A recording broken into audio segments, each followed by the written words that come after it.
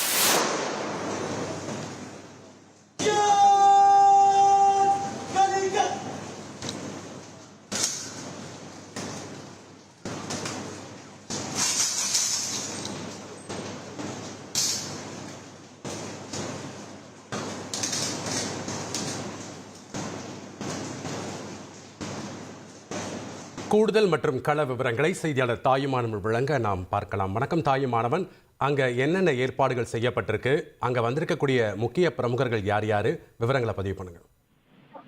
மறைந்த நாகாலாந்து ஆளுநர் இல கணேசனுடைய உடல் இறுதி சடங்குகள் செய்யப்பட்டு ராணுவ மரியாதையோடு பெசன்ட் நகர் மின்மயானத்துல இன்னும் சில நிமிடங்கள்ல தகனம் என்பது செய்யப்பட இருக்கிறது.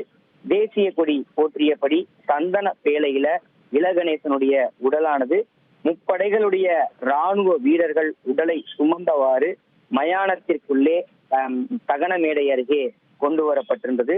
ராணுவ பேண்ட் வாத்தியங்கள் முழக ராணுவத்தின் தரப்புல இறுதி மரியாதை என்பது முப்படைகளின் சார்பாக வழங்கப்பட்டிருந்தது.